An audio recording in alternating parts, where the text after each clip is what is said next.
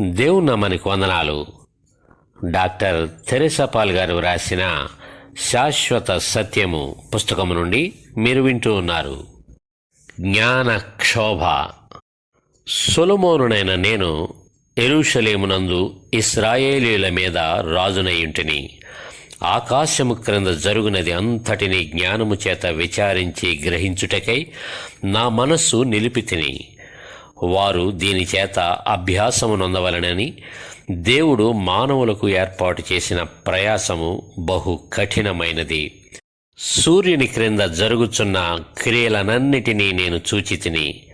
అవి అన్నియు వ్యర్థములే. అవి ఒకడు గాలికై ప్రయాసపడినట్టున్నవి. వంకరగానున్న దానిని చక్కపరచ సఖ్యము కాదు. లోపము గలది లెక్కకు రాదు.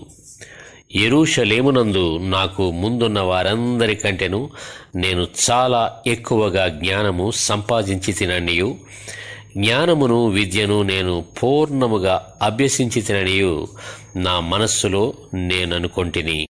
నా మనస్సు నిలిపి జ్ఞానాభ్యాసమును, వెర్రితనమును, మతిహీనతను తెలుసుకొనుటకు ప్రయత్నించి తిని.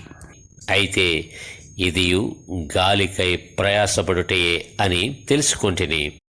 విస్తారమైన జ్ఞానాభ్యాసము చేత విస్తారమైన దుఃఖము కలుగును. అధిక విద్య సంపాదించిన వానికి అధిక శోకము కలుగును.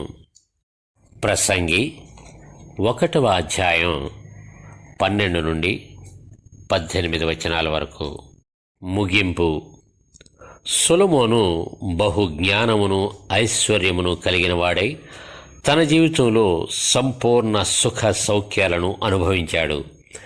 అతడు ఈ సుఖ సౌఖ్యాలు కూడా వ్యర్థమని చెప్పాడు.